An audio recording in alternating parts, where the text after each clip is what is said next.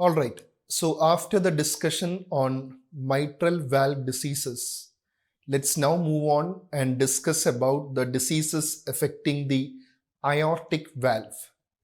And to begin with, we are going to start with aortic stenosis. Okay. Let's discuss about aortic stenosis. So, how important is aortic stenosis and how common is aortic stenosis?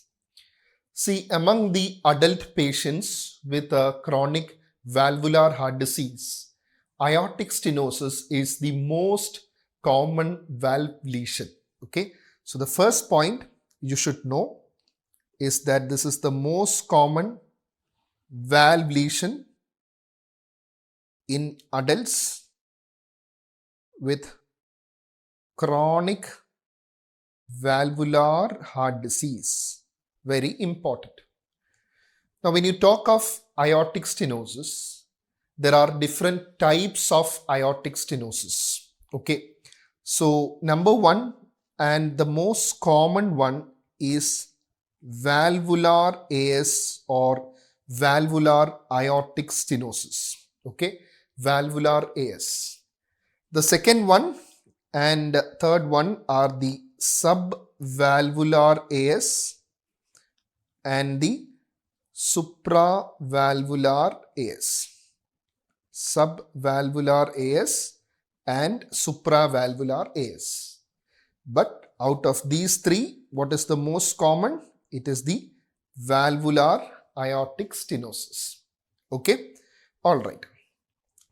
Now, let's try to see what are the etiologies leading to this entity of valvular aortic stenosis. Okay, so you see the small table from Harrison on the major causes of aortic stenosis. Well, number one, you can have a congenitally bicuspid aortic valve because normally it has three cusps. So you can have a congenital bicuspid valve or rarely a unicuspid valve. And there can be a superimposed calcification on this leading on to aortic stenosis. So that is one cause, a congenital bicuspid or unicuspid valve. Then you can have calcification in a normal tri-leaflet valve. That is a degenerative calcific disease occurring in a tri-leaflet valve. You can have a rheumatic fever. Yes, the incidence has come down, and so the rheumatic fever as a cause for aortic stenosis is slightly lesser in terms of the prevalence compared to many years back. And finally, rarely you can have radiation as a cause as well. Okay, so these are the etiologies leading on to a valvular aortic stenosis. Now, let's move ahead and let's see pictorially the valve, the aortic valve and its etiologies leading on to this aortic stenosis. So we have got the four pictures on screen. The first one, what you are seeing is a normal aortic valve. Okay, is a normal aortic valve. So normal aortic valve, it is a tri-leaflet, three cusp, 1, 2 and 3. Okay, so that is a normal aortic valve. The second picture that you are seeing is a case of aortic stenosis occurring in the context of a congenitally bicuspid valve. So this is a case of congenital bicuspid aortic stenosis. Congenital bicuspid aortic stenosis. And you can very well notice that there are two cusps, 1 and 2. And coming to the third picture is that of a rheumatic AS or rheumatic aortic stenosis. Rheumatic AS. So what is so peculiar about rheumatic AS? What happens is there can be fusion of the commissures and that results in the formation of a fixed central orifice which you are seeing, and that is the architecture of a rheumatic aortic stenosis. The last picture, very obvious, is a calcific degenerative AS, okay, is a calcific degenerative aortic stenosis. So calcific degenerative aortic stenosis, where you can see plenty of calcification and also degeneration happening in the context of a tricuspid aortic valve, that is seen there. Okay, so pictorially it's very clear, correct? Now moving further, see, when you look at the varied etiologies of aortic stenosis, you look at the first two etiologies, you see the first two etiologies are characterized by calcification occurring in the aortic valve. So it can occur either in the trileaflet valve or it can occur in the bicuspid valve. But together, calcification occurring in the aortic valve, you can call it a calcific aortic valve disease. Okay, let's discuss some points about this entity, calcific aortic valve disease. Okay, calcific aortic valve disease. Now this entity previously was called a senile or degenerative aortic valve disease. So the old terminology is a senile or degenerative aortic valve disease. Okay, senile or degenerative aortic valve disease. And I think you should definitely know how this disease process evolves, because on just a casual look at this term, calcific aortic valve disease, anybody would guess that this is just a passive process. There is some mechanical stress happening in the aortic valve, subsequent wear and tear, and there is calcification, and that is probably how this develops. Well, this was the old view.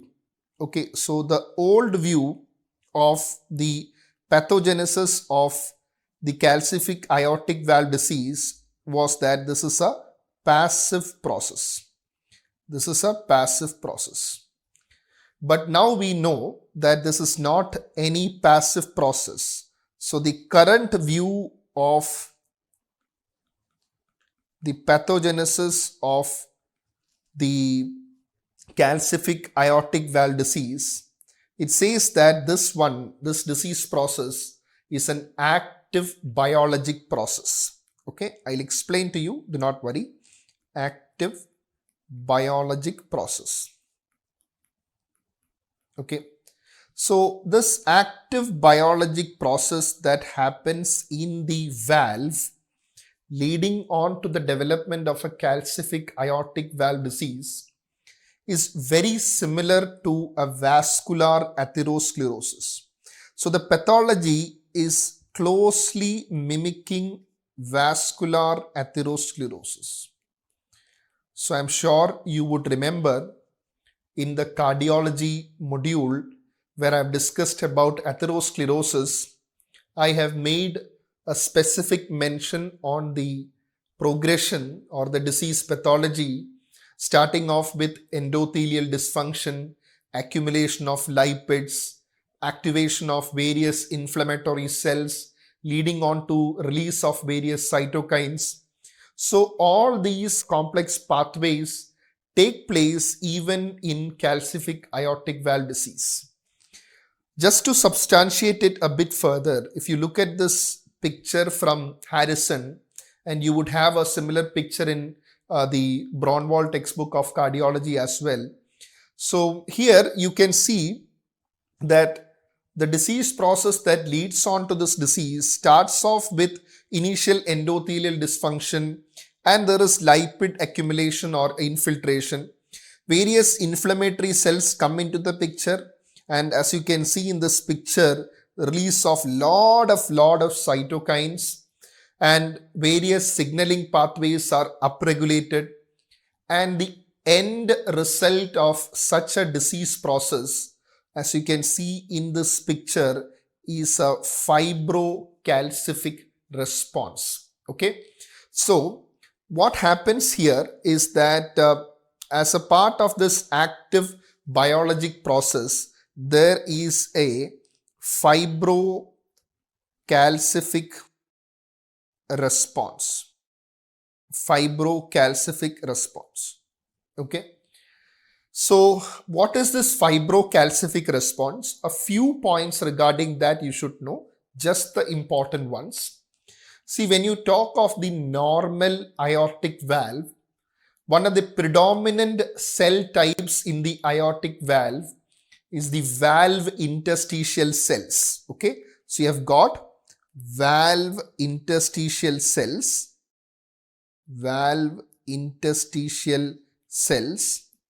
which are predominant cell type in the aortic valve, and you can also call it valve myofibroblast. Okay, valvular myofibroblast. Okay, all right, so this is the predominant cell type. Now, interesting to note again the pathology, this is very unique.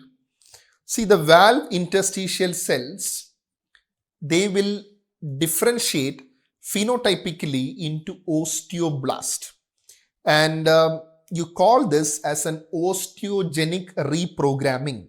So this valve interstitial cells, they will undergo an osteogenic reprogramming.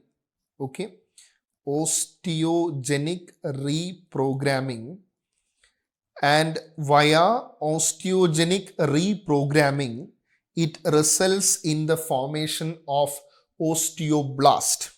Okay, it phenotypically differentiates to osteoblast. Now, once osteoblasts are formed, these osteoblasts will produce bone matrix proteins. Okay, so they will produce bone matrix proteins. Important. And these bone matrix proteins which are formed will act as the nidus, or it will allow the deposition of calcium hydroxyapatite. Okay, so what happens is that there is deposition of calcium hydroxyapatite. Okay, so this is actually what happens. Okay, and I'll just show you one more picture again from Braunwald, just to make it more clear, just what we have discussed so far, and just to give you an outline on the progression of this active disease, just to substantiate that this is not just a wear and tear and calcification. You see normal leaflets you have, and there are certain risk factors here which can predispose, and since the disease pathology is closely related to vascular atherosclerosis, whatever are the risk factors for the atherosclerosis are risk factors for this calcific aortic valve disease as well. And the next MCQ that you should know is that the initial disease pathology that develops is called the aortic sclerosis. Okay, what is it? It is called the aortic sclerosis. So it starts off as an aortic sclerosis. That is the initial disease pathology in a calcific aortic valve disease. Subsequently, there is lipid infiltration, inflammatory cell activation, cytokine release, activation of various signaling pathway, and fibrocalcific response, osteogenic reprogramming, VICs getting converted into osteoblast. Subsequently, you can have deposition of hydroxyapatite nodules in the valves as well. This is what actually happens. Okay, and just to show you once again, you see the calcific degenerative AS. You see how these hydroxyapatite nodules are being formed. Okay, so is this very clear for you on how the disease progresses and patient develops subsequent obstruction? Okay, all right. Next, some factual points, okay, may be asked, because in super specialty entrance exam we have seen factual questions also being asked. So this point is also important. It is mentioned in Harrison as well. There are several genetic factors predisposing to the calcific AS. I specifically say about calcific AS and not rheumatic AS. So what are the genetic predisposing factors for the calcific AS? Okay, genetic predisposing factors. Okay, what are the genetic predisposing factors? Well, the genetic polymorphisms involving certain receptors are important. And what are the receptors? Number one is a vitamin D receptor, genetic polymorphisms involving vitamin D receptor. If it is postmenopausal women, estrogen receptor. Okay, you've got interleukin 10. Okay, and in neurology module also you have heard about apolipoprotein E4. Okay, so these four are important, mentioned in Harrison as well. In addition, Braunwald also makes a mention of the TGF beta receptor. Okay, TGF beta receptor. So please keep that also in mind. Okay, TGF beta receptor.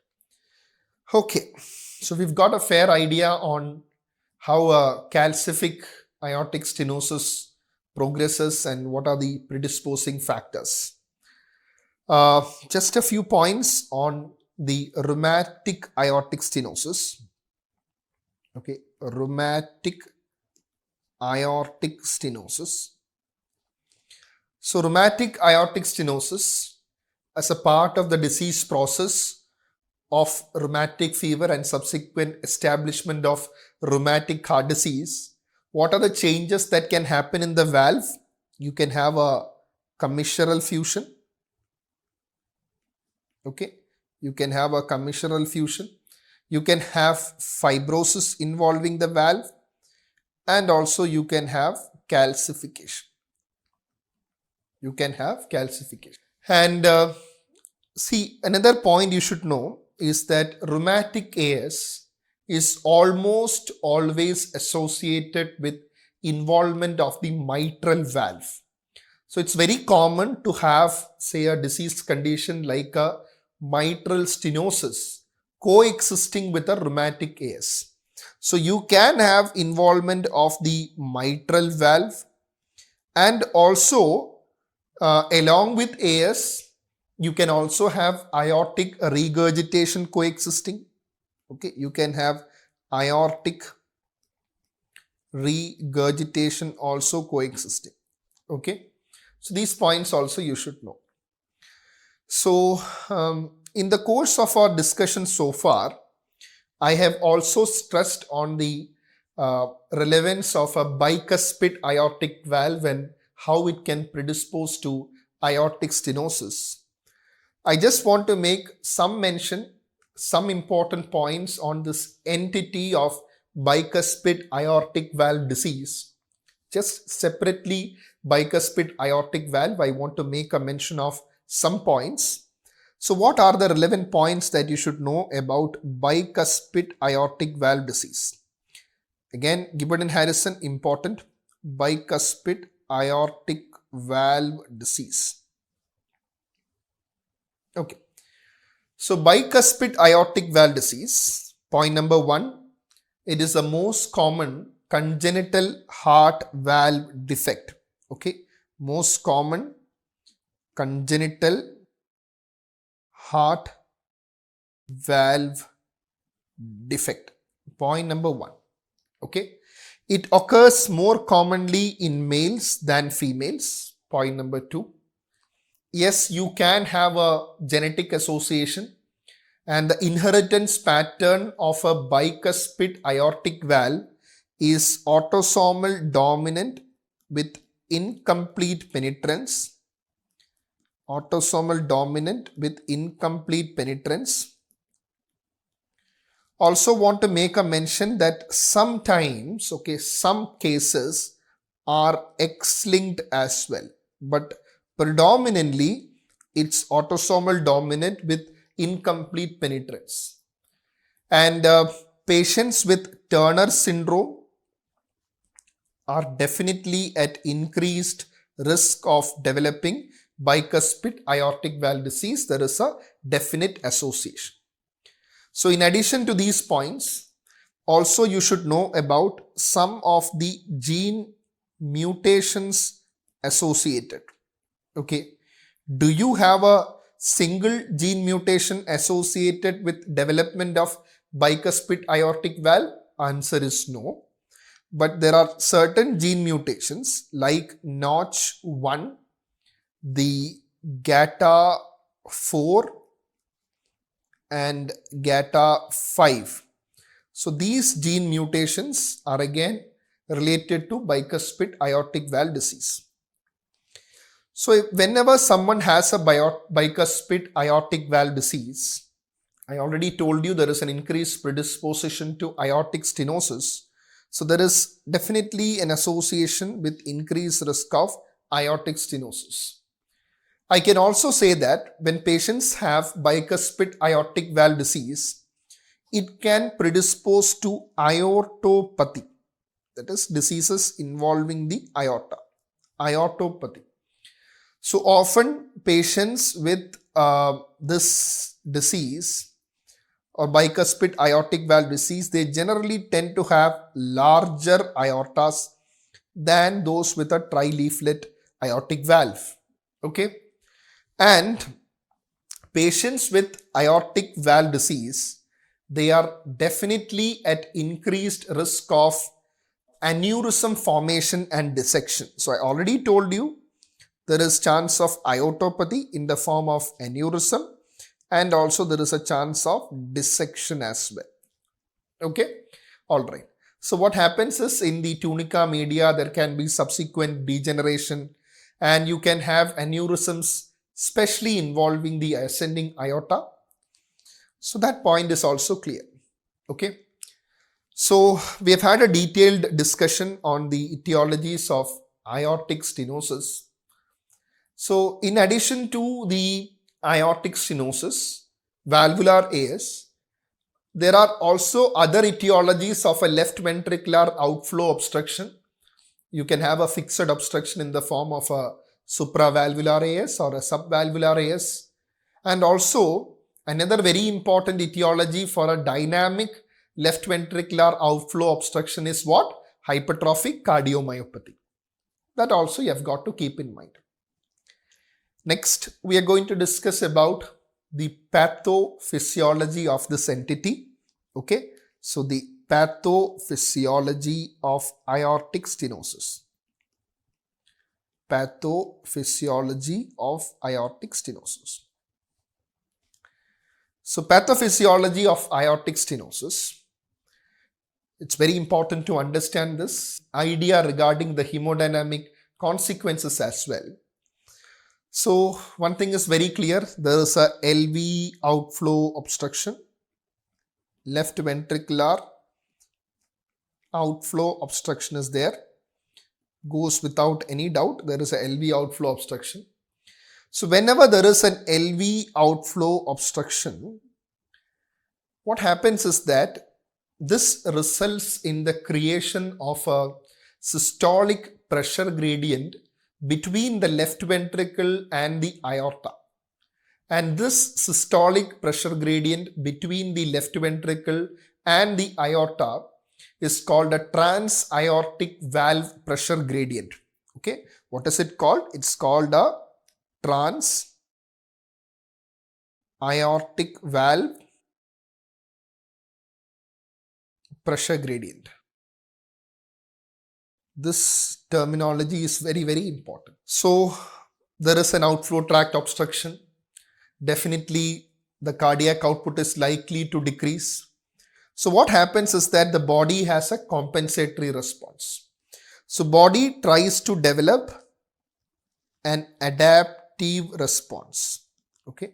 The body tries to develop an adaptive response. And what is the adaptive response? The adaptive response is that of a concentric LV hypertrophy. Concentric left ventricular hypertrophy is the adaptive response. Okay. So this concentric LV hypertrophy is also referred to as hypertrophic myocardial remodeling. So there is hypertrophy involving the cardiac myocytes. And why is there such a concentric hypertrophy? It's basically aiming to maintain the cardiac output at normal state. Okay. So there is a compensatory LV hypertrophy so as to maintain the cardiac output at least to a near normal. Okay. That is the aim. Okay. Near normal. So, though I say that this is an adaptive response, on one hand, yes, this is an adaptive response. But on the other hand, this is also a maladaptive response. Okay. So I can say that this is almost like a double-edged sword. Okay. Double-edged sword. So why do I say this is a maladaptive response? Is that because there is a concentric left ventricular hypertrophy, there is a creation of myocardial stiffness. Okay, so myocardium is very much stiff. Okay, and when there is a increased myocardial stiffness, there is an impairment in the diastolic myocardial relaxation as well. Okay, so there is impaired diastolic myocardial relaxation. Okay. So, because of the concentric LV hypertrophy, what can also happen is when you have so much of hypertrophied myocardium, they will also demand more nutrients. Correct. So, there will definitely be a demand supply mismatch. Very, very important. There will be a demand supply mismatch. Okay. So on one hand, there is an impaired diastolic myocardial relaxation, demand supply mismatch to the hypertrophied myocardium. And all these can have definite adverse consequences as well, which is why the adaptive response is also a maladaptive response. Okay. All right. Now let me take you to this flow chart from again Braunwald on the again pathophysiology of aortic stenosis. So what you can clearly see here is as a part of aortic stenosis, yes, there is a left ventricular outflow tract obstruction. When there is a left ventricular outflow tract obstruction, what are the end results? Number one, it can result in an increased LV systolic pressure. Number two, it can result in increased left ventricular ejection time. Number three, it can result in increased LV diastolic pressure. And finally, it can result in a decreased aortic pressure. AO is aortic pressure. Okay. All right. So again, let's further discuss this. You see there is increased LV systolic pressure, and you know that there is a increased in the LV mass as well. So this subsequently can lead on to dysfunction and sometimes even failure of the left ventricle. So remember, LV failure can occur in advanced cases. Clear? Okay. Now, what is the impact on myocardial oxygen consumption? See, when you have increased LV systolic pressure, too much of LV mass, and increased LV ejection time, all these can result in an increase in the myocardial oxygen consumption. Okay, and also an increase in the LV ejection time can result in a decrease of the diastolic time. So when the diastolic time is decreasing, I can also make a mention that the myocardial perfusion time also decreases. Okay, myocardial perfusion time also decreases because obviously heart receives majority of its blood flow in diastole, its own blood flow. Okay, all right. Also, there is a, when you have an increase in the LV diastolic pressure and a decrease in the aortic pressure, there is a decrease in the coronary perfusion pressures, and a decreased diastolic time and a decreased coronary artery perfusion pressure. All this will result in a decrease in the myocardial oxygen supply, and there is always going to be a demand supply mismatch leading on to myocardial ischemia, which again can lead on to left ventricular failure. Okay, so I hope this flow chart makes sense. Okay, all right, putting everything into values, the pathophysiology into values. See, when you talk of the normal aortic valve orifice area, okay, the normal aortic valve orifice area. So the normal orifice area comes to around 3 to 4 centimeters square. Okay, it comes to around 3 to 4 centimeters square. Okay, now what happens is aortic stenosis, as I told you earlier, there is an initial compensatory response. So only when the stenosis is very severe, the patient develops symptoms. Okay, so patient can develop severe aortic stenosis, moderate aortic stenosis, and mild aortic stenosis. So let me just list down these three: severe AS, moderate AS, and also mild aortic stenosis. Severe AS, moderate AS, mild aortic stenosis. So when you talk of a severe aortic stenosis, number one is the orifice area, that is the aortic orifice area is less than or equal to 1 centimeter square. Okay, and remember I was talking about trans-aortic valve pressure gradient. So this transvalvular pressure gradient, as you can call it, okay, maybe the mean transvalvular pressure gradient. Okay, so the mean transvalvular pressure gradient. So this pressure gradient, what happens is, this is more than or equal to 40 millimeter mercury in severe AS. Okay, and also in case of moderate aortic stenosis, the orifice area comes to around 1 to 1.5 centimeter square, and the pressure gradient is around 20 to 39 millimeter mercury. Okay, whereas in case of mild aortic stenosis, it comes to 1.5 to 2 centimeter square, and the pressure gradient is less than 20 mmHg. These are some of the values that you should know: severe AS, moderate AS, and mild aortic stenosis. So thereby we finish the pathophysiology of aortic stenosis as well. So having understood the pathophysiology of aortic stenosis, let's now move on and discuss about the clinical presentation of aortic stenosis. Okay, how does the patient present? Clinical presentation. Clinical presentation of aortic stenosis.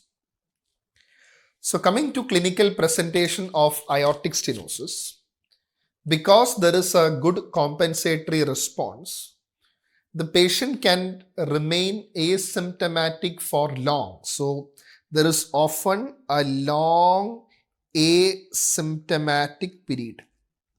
Okay, there is a long asymptomatic period in aortic stenosis, and many a times the disease commonly manifests in the 6th to 8th decade.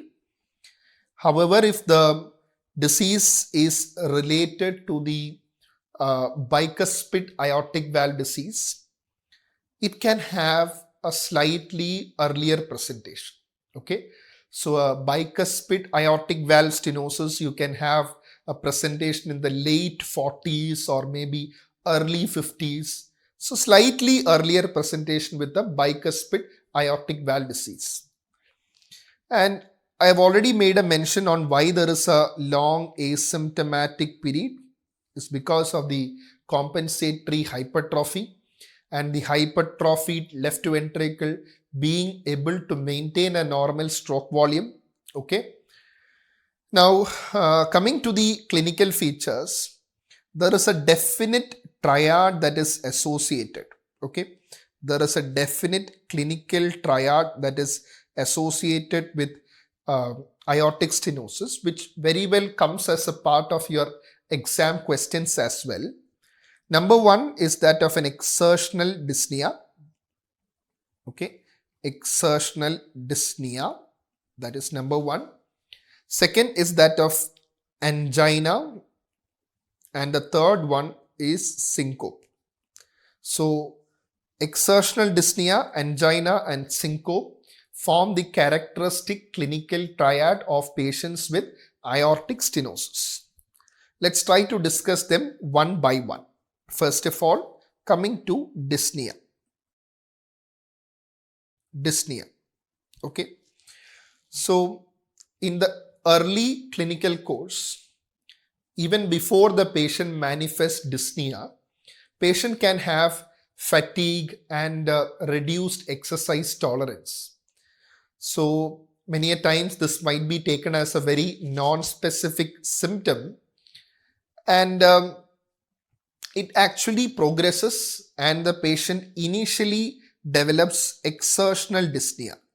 Okay, the patient initially develops exertional dyspnea. Okay, all right.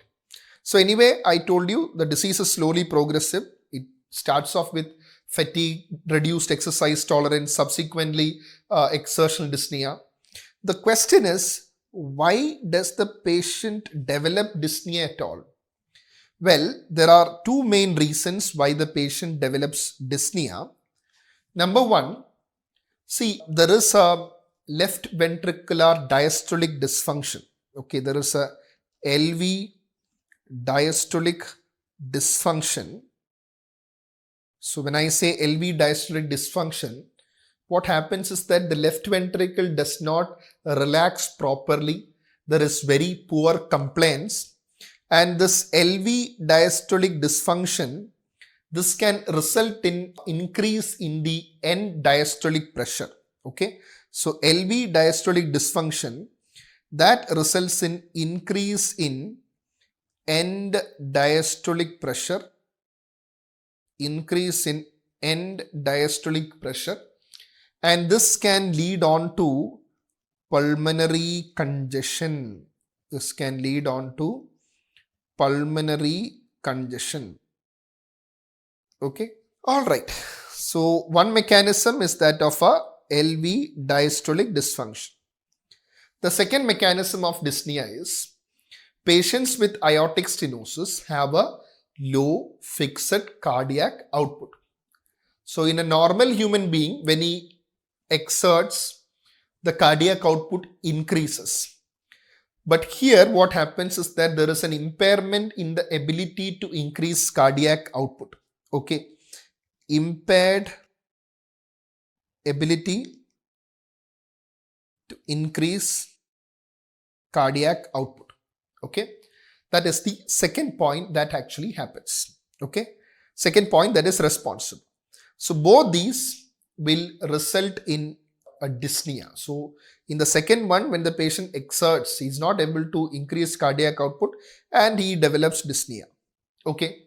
And also you must understand, when a patient with aortic stenosis who is pretty much maintained because of the compensatory response, sometimes he may develop arrhythmias like atrial fibrillation.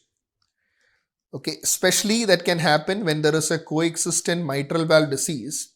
So when there is an atrial fibrillation, this can lead on to a decompensation. Okay. All right. So that is also very clear. Dyspnea. Okay. The next symptom that can develop is angina. So for angina, how does angina develop in a patient with aortic stenosis? Simple answer is there is a demand-supply mismatch. Okay. There is a demand-supply mismatch. So here what happens is, there is an imbalance between the increased myocardial oxygen requirements of the hypertrophied myocardium, and there is the myocardium is hypertrophied, so the demand is too much but the supply is less. Okay. And whenever you have an increase in the LV diastolic pressure, the perfusion pressure gradient is also less. The demand supply mismatch, the implication is mostly in the subendocardial myocardium. Okay. So subendocardial region or the subendocardial myocardium is most prone. Okay. Is most prone. Okay. And the angina that develops in aortic stenosis will very much mimic an angina of coronary artery disease, in the sense that the angina is precipitated by exertion and relieved by rest. And since there are similar risk factors for aortic stenosis and coronary artery disease, sometimes what can happen is, patient can have, along with aortic stenosis, coexistent coronary artery disease. Okay. All right. But one point I should mention here is, many a times angina develops after the exertional dyspnea. So to begin with, many a times the patient has exertional dyspnea as the symptom. Okay. All right. The next point is, patient can develop syncope, a transient loss of consciousness. Okay. So how does the patient develop syncope is what we are going to learn up next. Okay. All right. So syncope means there is a cerebral hypoperfusion and there is a transient loss of consciousness. So if you are asked why syncope develops in patients with aortic stenosis, it's again because of a decrease in cerebral perfusion. Okay, a decrease in cerebral perfusion. Okay, so patients with aortic stenosis have definitely one major problem, that is a low fixed cardiac output. Okay, so there is a reduced cerebral perfusion pressure that occurs especially during exertion, and that is responsible for the syncope. Okay, and it need not be always a syncope. Sometimes you can have a graying out spells or some sort of a dizziness as well. So not always a syncope. Okay, you can have a pre-syncopal episode as well. So we have discussed about the characteristic triad of aortic stenosis. Now let's try to see what are the other clinical features that can develop. So can the patient develop symptoms of LV failure? Can the patient develop symptoms of left ventricular failure? The answer is yes. Patient can have symptoms in the form of orthopnea, in the form of paroxysmal nocturnal dyspnea. Maybe patient even can have development of pulmonary edema. Okay, so these symptoms also can develop. But remember, all these symptoms of LV failure is seen in advanced severe aortic stenosis. Advanced severe aortic stenosis. Okay, all right.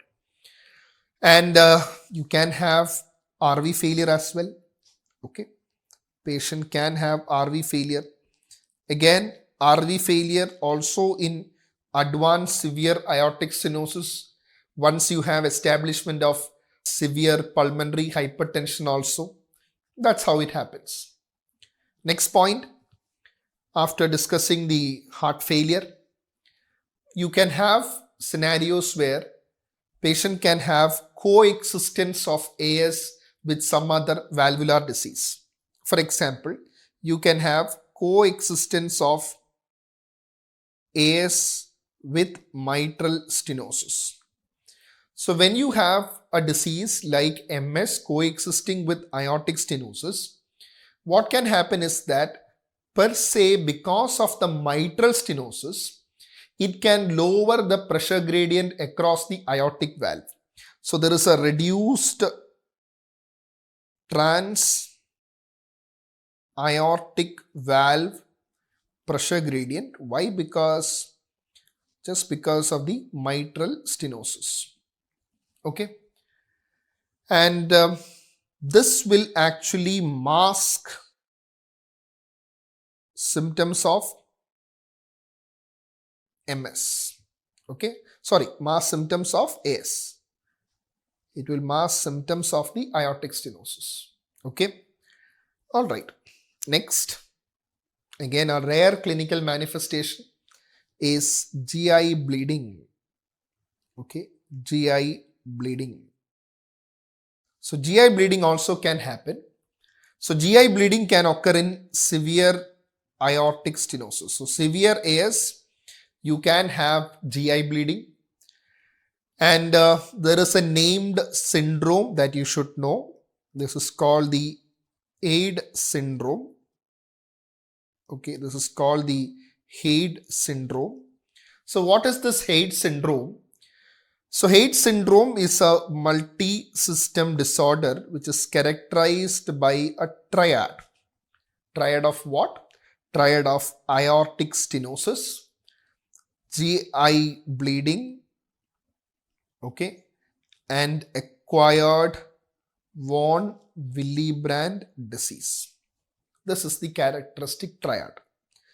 So why is there a bleeding? Because many a times there is an association of this syndrome with angiodysplasia, which is a vascular malformation. And this angiodysplasia, especially of the right side of colon. Okay, that's called HAID syndrome. And it's often seen in severe AS that I told you a while back, GI bleeding. But it's not a very common manifestation. Okay, all right. Patients with aortic stenosis may also have development of infective endocarditis. So what sort of patients are prone to develop infective endocarditis? They are young patients with bicuspid aortic valve. Okay, young patients with bicuspid aortic valve. All right. You can also have cerebral embolism. See, what can happen is in the bicuspid aortic valve, you can have microthrombi. Okay, so when you have microthrombi involving the bicuspid aortic valve, that can result in subsequent embolism and even maybe a stroke. Okay, So that is also one presentation of a aortic stenosis. So we have discussed in detail about the clinical presentation of the aortic stenosis, how patient with aortic stenosis clinically presents. Okay. Now let's move on to the examination findings that you would expect in a patient with aortic stenosis. Okay. Moving on to the examination findings.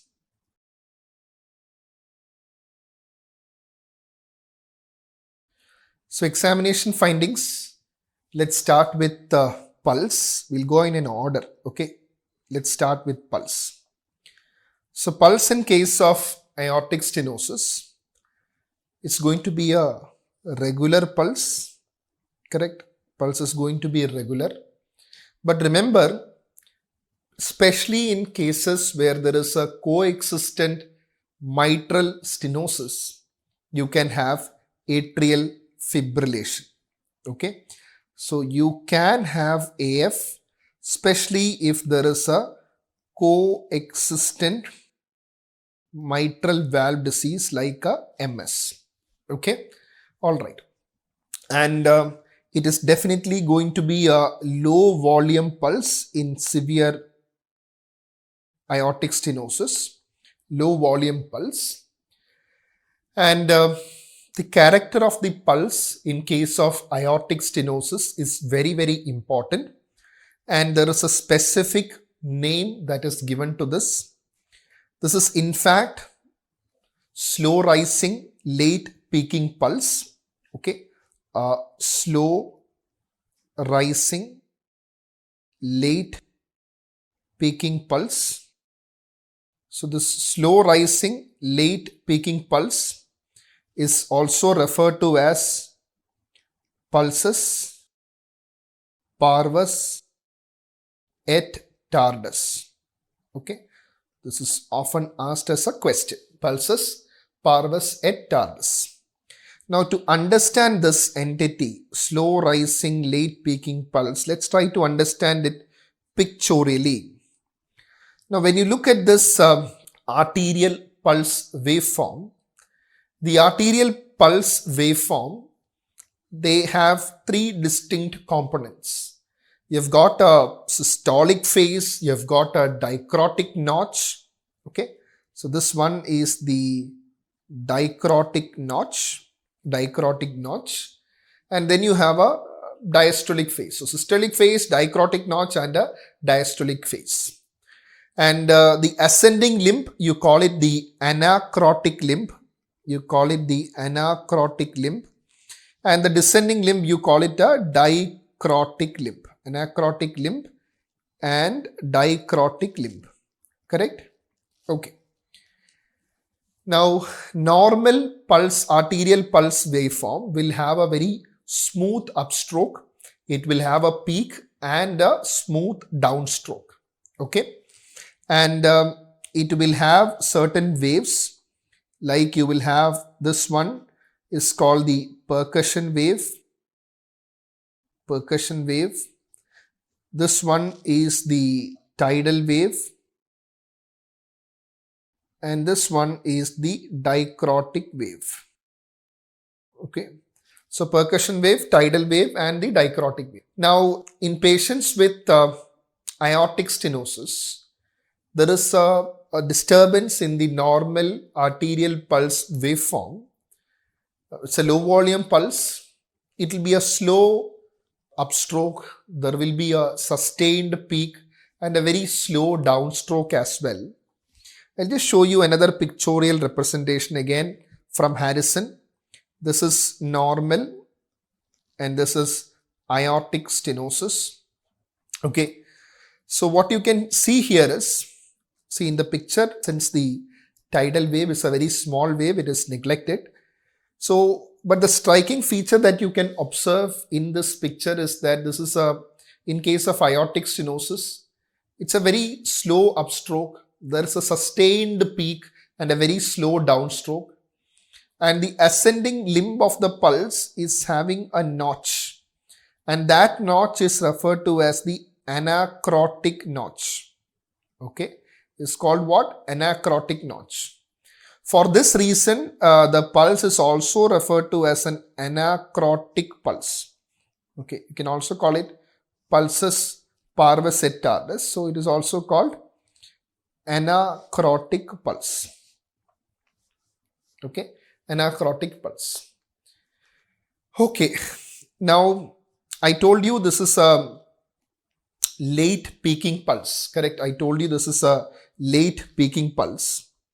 So, how do you appreciate this delay?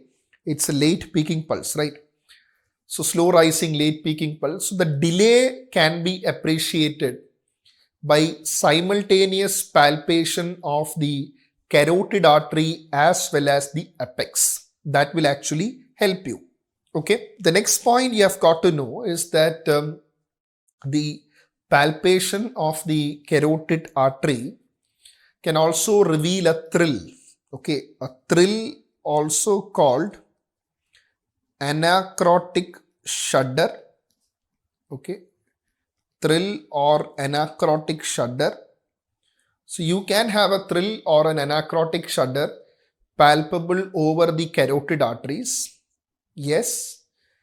So these findings of the pulse very important. So after pulse, let's move on to blood pressure. What happens to the blood pressure? So blood pressure, you can have varied findings. So blood pressure wise, since many of the risk factors of aortic stenosis is similar with that of atherosclerosis, some patients can have a systemic hypertension because of similar vascular factors. You can have a hypertension.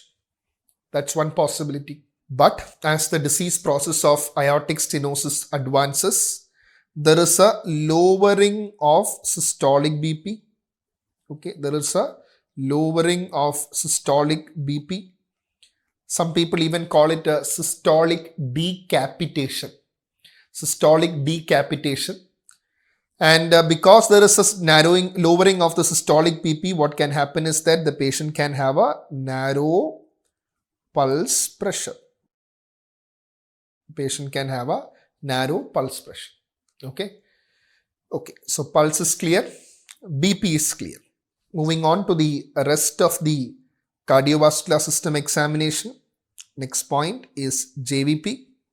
So what happens to the JVP? So JVP, well, you can have a prominent A wave. Okay, in patients with advanced aortic stenosis, you can have a prominent A wave. Why is there a prominent A wave? It's again a sequelae of the left ventricular hypertrophy. So when you have got a left ventricular hypertrophy, okay, when you have got a LVH, as in case of a severe aortic stenosis, what can happen is that the hypertrophied interventricular septum can bulge into the cavity of the right ventricle. So this bulge can interfere with the distensibility of the right ventricle, subsequently resulting in a very prominent A wave.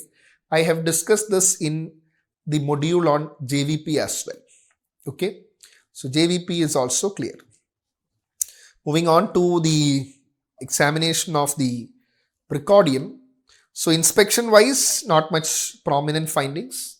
Let's move on to palpation of precordium.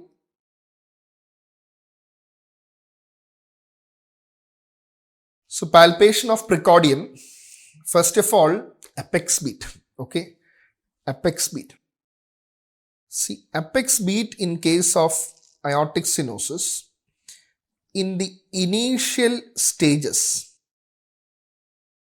it is normal. Okay, in location. Okay, but in advanced cases, because of the concentric LV hypertrophy, it is displaced laterally. It is displaced laterally. Okay, and it's a concentric hypertrophy and not an eccentric hypertrophy. So in case of concentric hypertrophy, Though it is displaced laterally, it does not go too much downwards. Whereas in eccentric hypertrophy, there will be a downward and lateral displacement of the apex. And what is the classical apex that you would associate with a pressure overload, as in case of aortic stenosis, is called a heaving apex. Okay, there is a heaving apex, which is a sustained lift in the apex beat. It's again a reflection of the pressure overload. Okay, whereas a volume overload will produce a forceful apex. Okay, so that is clear. Next is you can have a systolic thrill. You can have a systolic thrill. So why is there a systolic thrill?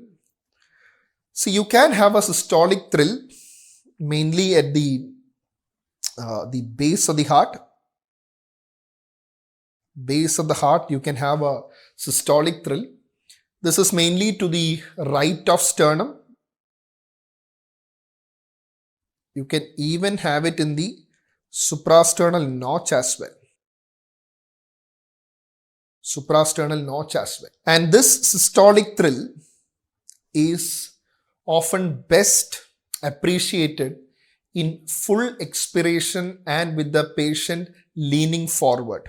Okay, in full expiration and patient leaning forward. Okay, all right. So apex beat, systolic thrill, palpation of precordium, over. Next, auscultatory findings. Very, very important potential question. Auscultation. So auscultation wise, see, you will have a constellation of findings, all of which are related to the stenosis of the aortic valve leaflets, and because of the reduced mobility of the leaflets and a delayed closure of the leaflets. Once again, let's have a very systematic discussion. First of all, about S1, the first heart sound. So the first heart sound most often is normal in patients with aortic stenosis. Mostly is normal. Coming to the second heart sound, definitely in majority of the cases, it is abnormal. It is abnormal. You should understand that S2 normally will have two components, that is A2 and P2 components. A2 and P2 components. A2 related to aortic valve closure and P2 related to pulmonic valve closure. So let's see what is the abnormality that you're going to expect in patients with aortic stenosis. So normally A2 comes first and then P2, correct? So in case of, suppose the patient is having a severe aortic stenosis, what can happen is that there can be a prolongation of the left ventricular systole. Okay, there is a prolongation of LV systole, correct? So there is a prolongation of the LV systole, and what can happen is the A2 component can be delayed, and the delayed A2 component, it can be delayed beyond the P2, resulting in paradoxical split. Okay, resulting in a paradoxical split of the second heart sound. Very important. Okay, but sometimes you can have even a single S2 as well. So how can you get a single S2? See, one possibility is when there is an LV systole prolongation, the A2 can coincide with P2. Okay, A2 can coincide with P2. That is one possibility. The second possibility is that you can have a calcification and immobility involving the aortic valve, making the A2 very much inaudible. Okay, so you can have a inaudible A2 because of the valve calcification and immobility. Valve calcification and immobility. Okay, you can have a single S2. Okay, S1, S2. Now, can you have S3? Well, you can have, but only in advanced aortic stenosis. When you have development of an LV failure, yes, then you may have, but it's never a striking finding of the aortic stenosis. Does not give you too much information. Okay, about S4, yes, this S4 can be present. Okay, and why is the S4 present? So you have a vigorous left atrial contraction against a stiff non-compliant ventricle. So this vigorous LA contraction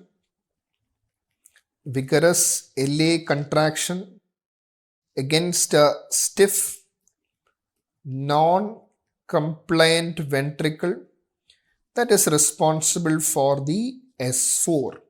Okay, so these abnormalities can happen in the heart sounds. Okay, are there any other adventitious sounds? Yes, very important. You can have the aortic ejection sound. Very, very important. Aortic ejection sound. So, see, you might have heard of this entity, that is ejection sound. Yes. So, just a couple of points about ejection sounds, and then I'll move on to aortic ejection sounds. See, ejection sound in general is a high frequency, clicky, early systolic sound. Okay, high frequency, clicky, early systolic sound. So systolic sound can be an ejection click as well as a non-ejection click. We have seen the non-ejection click in relation to the MVP, already discussed. So ejection sound, they are basically vibrations associated with the maximal opening of aortic and pulmonic valve. Okay, aortic and pulmonary valve opening can produce this vibrations. Okay, so that is what ejection sound is. Let's try to learn more points about the aortic ejection sound. So aortic ejection sound occurs in the context of a congenital bicuspid aortic valve. Okay, congenital bicuspid aortic valve. So that is one condition that can result in aortic ejection sound. It can also happen when there is an ascending aorta aneurysm. Okay, ascending aorta aneurysm can also cause it. Okay, and as I told you earlier, this is a high frequency early systolic sound, and the aortic ejection sound corresponds in timing to the upstroke of the carotid pulse. A very unique property of the aortic ejection sound, okay, having seen the etiologies, a very unique property of the aortic ejection sound is that it is widely transmitted. So wide transmission.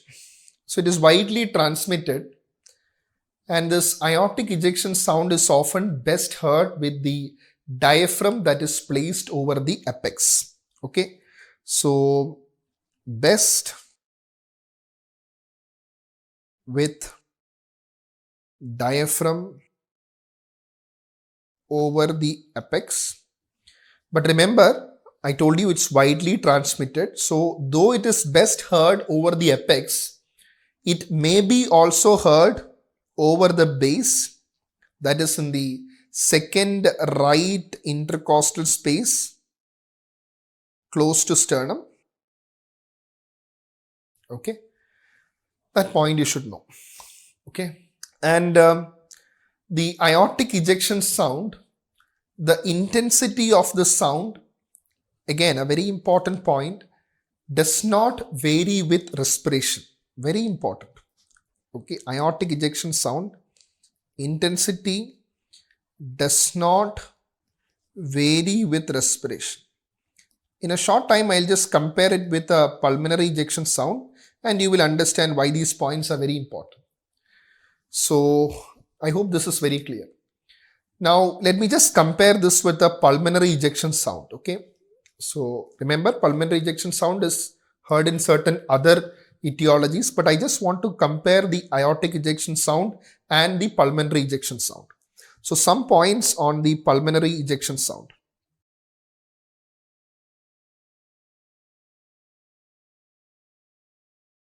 So, pulmonary ejection sounds, as I told you, this is due to vibrations associated with the opening of the pulmonary valve. And what are the etiologies of pulmonary ejection sound? Let's see that first. So, number one, it can happen when there is a pulmonary stenosis. Okay, pulmonary stenosis. It can happen when there is a idiopathic dilatation of pulmonary artery. Okay, and it can also happen when there is a chronic pulmonary arterial hypertension.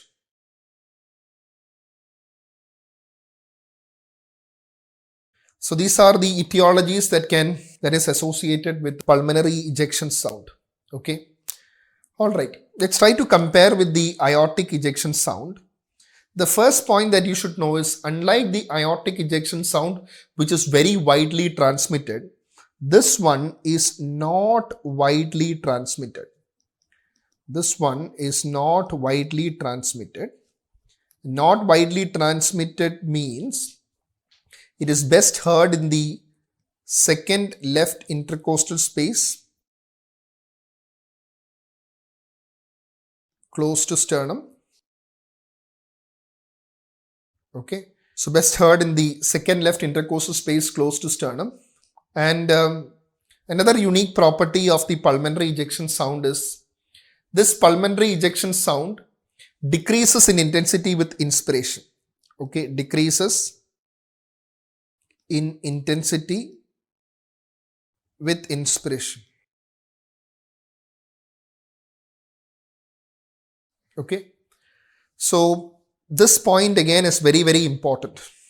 Aortic ejection sound does not have any respiratory variation. This one decreases in intensity with inspiration. And when you take into account all the right-sided cardiac events, this is the only right-sided cardiac event that decreases in intensity with inspiration. This point is also very, very important. Okay. All right. Now, these are some points about the pulmonary ejection sounds. Now, again, let me come back to aortic ejection sound. See, whether it be aortic ejection sound or pulmonary ejection sound, these sounds will disappear as soon as the valve, whatever is the culprit valve, once these valves loses the pliability, these ejection sounds will disappear. So the sound, ejection sound will disappear once the valve becomes calcified and rigid. So if you have got a scenario of a calcified and rigid aortic valve, definitely you will have an absent aortic ejection sound. Okay, absent aortic ejection sound. Okay, I hope that is also clear. So we have covered the heart sounds and also the other added sound in aortic stenosis. A very important part of the discussion is about the characteristic murmur in aortic stenosis. This is very important, has been asked previously. Murmur in AS. So the murmur in aortic stenosis is classically a ejection systolic or a mid systolic murmur. ejection or mid-systolic murmur. Okay. And what is the nature of such a murmur? This murmur starts shortly after S1. Okay, after the first heart sound, it begins. This will slowly increase in intensity, and the peak of intensity is at the middle of ejection. Okay, peak intensity in middle of ejection. Subsequently, what will happen? Decreases in intensity, then it will decrease in intensity, and it will end before aortic valve closure. Okay, ends before aortic valve closure. Okay, okay, and the classical shape of the murmur, which I'm going to show you in a short while, is a crescendo decrescendo murmur. Okay, crescendo decrescendo murmur. Okay, crescendo decrescendo murmur. Let me just show you picture of three murmurs. Okay, 1, 2, 3. Can you guess which are these murmurs? The first one is a holosystolic murmur or a pansystolic murmur. It is a PSM murmur, which can be seen in case of mitral regurgitation, tricuspid regurgitation, and maybe even a ventricular septal defect without significant pulmonary hypertension. So the next one, the 2 and 3 are both crescendo decrescendo murmurs. Are you able to notice? Classical diamond shape? Yes, both are crescendo decrescendo murmurs. One of which is an aortic stenosis and the other is a pulmonic stenosis. Can you tell me which is aortic stenosis and which is pulmonary stenosis? Well, if the murmur is extending on to P2, then definitely it's a pulmonary stenosis. PS, pulmonary stenosis. So both of them, this is an ejection systolic or a mid-systolic murmur. This is also an ejection systolic murmur. But this is an ejection systolic murmur of aortic stenosis, which very well ends before the A2. And you can see this is the ejection click. Ejection click. This is S1, S1. Okay, and so if the murmur extends beyond A2, it is a pulmonary stenosis murmur. Okay, I hope that's very clear. Okay, and what are the other causes of ejection systolic murmur? Okay, so that again is important. So ejection systolic murmur or mid systolic murmur can occur in various other scenarios. This is again from Braunwald textbook. And let me just list down the most important ones. So ejection systolic murmur, it can be because of aortic stenosis. It can be because of pulmonary stenosis. It can be because of a hypertrophic obstructive cardiomyopathy. Even a large ASD also can cause because of the increased pulmonary blood flow in patients with a left to right shunt. That also can result in a mid-systolic murmur. Okay, these points important. Okay, all right. And let's further go into some more points about the murmur in aortic stenosis. That is the nature of the murmur, crescendo decrescendo. Nature of the murmur, or what is the quality of the murmur? So the murmur in case of aortic stenosis is a low-pitched, rough rasping character. Okay, this is a low-pitched, rough rasping character, okay, of the murmur. And where is the murmur best heard? The murmur is loudest at the base of the heart. Okay, loudest at base of the heart, and most commonly second right intercostal space. Second right intercostal space where you would best hear it. And the murmur radiates to the carotids. Okay, the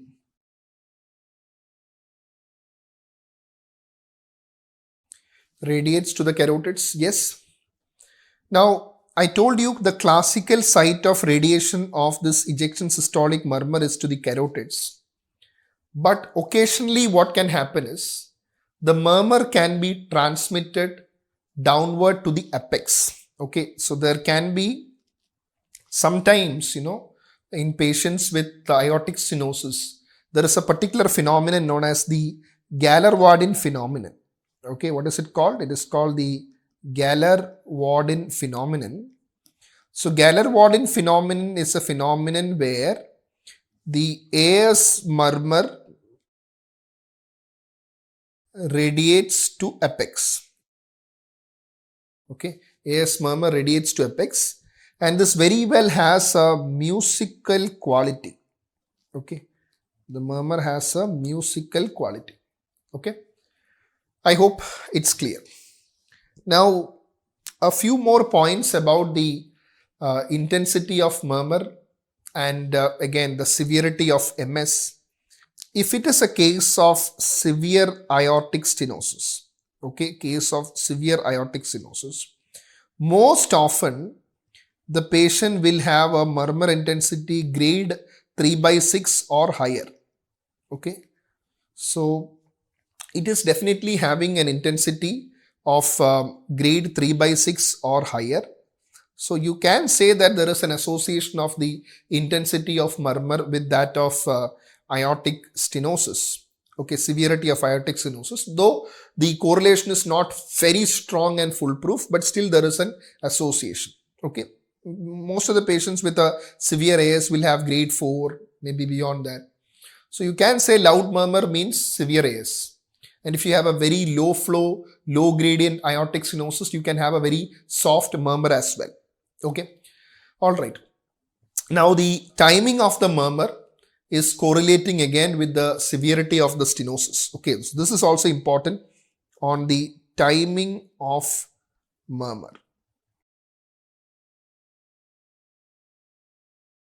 So timing of murmur, this again correlates with severity. So intensity is correlates with severity. Even the timing of murmur correlates with severity.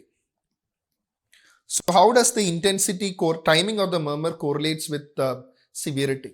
So let's take into account maybe if it is a mild to moderate AS and a scenario of a severe AS.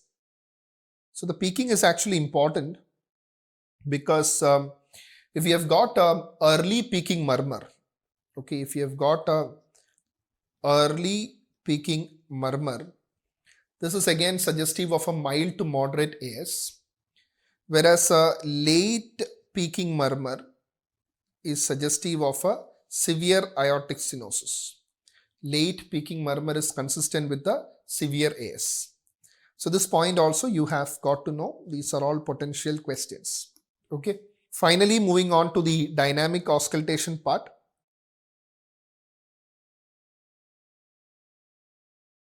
So dynamic auscultation, when you take into account the murmur of the valvular aortic stenosis, the murmur is often augmented when you actually squat.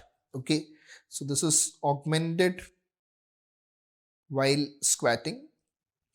So why there is an augmentation while squatting is because there is an increase in the stroke volume. Okay, when you squat, there is an increase in the stroke volume. At the same time, this murmur will be reduced in intensity or it will be attenuated during the strain phase of Valsalva.